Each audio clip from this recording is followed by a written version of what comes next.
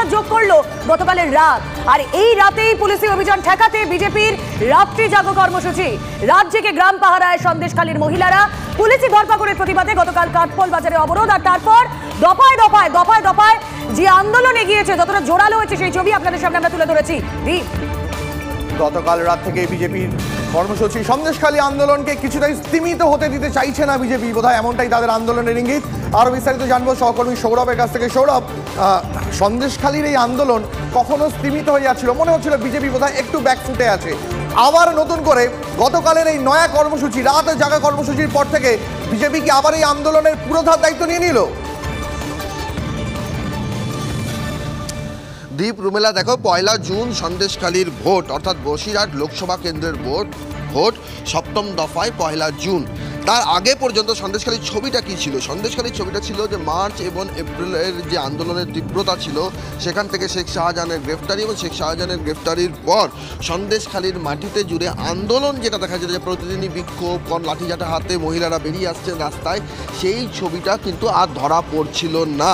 এবং সেই জায়গার থেকে ভোটযুদ্ধ শুরু হয়ে গেছিল। ভোটযুদ্ধের ময়দানে নতুন করে সন্দেশখালীর আন্দোলনে তরঙ্গ তৈরি করে একের পর এক ভিডিও, যে ভিডিওগুলো তৃণমূল হাতিয়ার করেছে এবং তৃণমূল হাতিয়ার করে তৃণমূল হাতিয়ার করে এই ভোট ময়দানের ইস্যুকে যেটা বলতে চাইছে, যে যেভাবে সন্দেশখালী ইস্যুকে রাজ্য রাজনীতির ভোটের ইস্যুকে একটা প্রাধান্য দেওয়া হচ্ছে, আসলে সেটা বিজেপির পরিকল্পিত ঘটনা। সেই কথাটা তারা যখন বলতে শুরু করলেন, তখন পাল্টা কর্মসূচি হিসেবে আমরা দেখলাম যে বিজেপির মহিলা কর্মী সমর্থকরা থানা ঘেরাও কর্মসূচি নিলেন।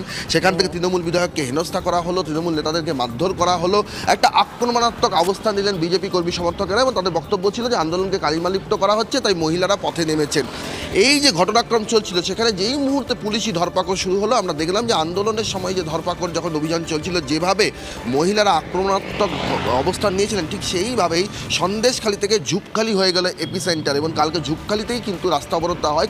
সৌরভ, তুমি পরিস্থিতির উপর নজর রাখো। এই মুহূর্তে বিজেপি সাংসদ শ্রমিক ভট্টাচার্য এবং বিজেপির রাজ্য সভাপতি সুকান্ত মজুমদার, তারা সন্দেশখালীর এই নয়া আন্দোলন নিয়ে কি বলছেন শোনাবো। সন্দেশখালী যেখানে দাঁড়িয়েছিল সেখানেই দাঁড়িয়ে আছে। সন্দেশখালীর মধ্যে কোনো মৌলিক পরিবর্তন হয়নি। শাহজাহান যে কাজ করছিল সেটাই তৃণমূল কংগ্রেসের ঘোষিত কর্মসূচি ছিল। ওই পন্থায় তৃণমূল কংগ্রেস তাদের একাধিপত্য প্রতিষ্ঠা করে প্রত্যেকটি দ্বীপে ওই আচরণ চালিয়েছিল। মানুষের জমি দখল, মানুষের জীবনের প্রত্যেকটা পদক্ষেপকে তারা নিয়ন্ত্রণ করে ফেলেছিল এবং বাজেয়াপ্ত করেছিল।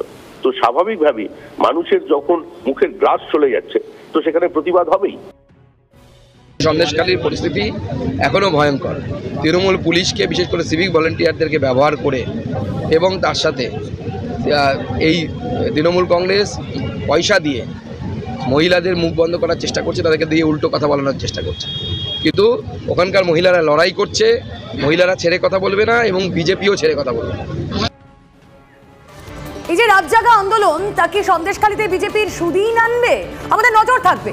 কিন্তু সন্দেশখালী যখন শিরোনামে উঠে আসে, তখন প্যারালালি যার নামটা বারবার শিরোনাম আঁকড়ে রেখেছে তা হলো শাহজাহান। আর এবার ইন্টারেস্টিং একটা তথ্য আমরা পাচ্ছি, শাহজাহানের দখল সম্পত্তির অঙ্ক এবার ট্রিপল সেঞ্চুরি হওয়ার পথে। হ্যাঁ, ঠিকই শুনছেন, দখল হওয়া সম্পত্তির টাকার হিসেব প্রায় 260 কোটি।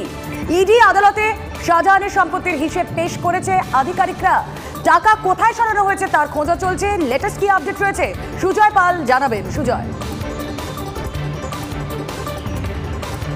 একেবারে দেখো, শাহজাহান শেখকে ইডি যে মামলায় গ্রেফতার করেছিল সেটি হলো জমি দখল এবং সেই জমি দখল করে ভেড়ির ব্যবসা চালানোর অভিযোগ। সেই মামলাতেই ইডির যে নতুন রিপোর্ট, যেটা গতকাল আদালতে ইডির আইনজীবী পেশ করেছেন অরিজিৎ চক্রবর্তী, তিনি বলেছেন যে এখনও পর্যন্ত তাদের কাছে যে তথ্য প্রমাণ এসে পৌঁছেছে, তাতে শাহজাহান শেখ 260 কোটি টাকার জমি লুট করেছে। 260 কোটি টাকার মার্কেট ভ্যালু বা বর্তমান বাজার দর 260 কোটি টাকা। অর্থাৎ বুঝতে পারছো যে কার্যত গোটা সন্দেশখালী এবং তার আশেপাশে সমস্ত ভেড়ি, সমস্ত জমি শাহজাহান বা তার অনুগামীদের দখলে চলে গিয়েছিল। ফলে এই 260 কোটি টাকা, 260 কোটি ভ্যালুর যে সম্পত্তি বা জমি, সেই জমিগুলি তদন্তকারীরা জানছেন যে শাহজাহান তার অনুগামীদের মাধ্যমে নামে বেনামে সেই সম্পত্তি করেছে। সেইখানে প্রত্যেকটি জায়গাতেই তারা দখল করে ভেড়ি করেছে এবং ভেড়ি দখল করে চিংড়ি মাছের চাষ করে সেটা বিদেশে রপ্তানি করেছে। ফলে এই বিপুল টাকা কোথায় গেল? এবং শুধু এখানেই শেষ নয়, তদন্তকারীরা বলছেন যে টিপ অফ দ্য আইসবার্গ, অর্থাৎ আরও সম্পত্তি পাওয়া যাবে, আরও। আমাদের নজর থাক সুজয়, আপাতত ধন্যবাদ। সমস্ত রকম গুরুত্বপূর্ণ শিক্ষণীয় খবরাখবর সবার আগে জানতে অবশ্যই আমাদের চ্যানেলটিকে সাবস্ক্রাইব করে রাখুন।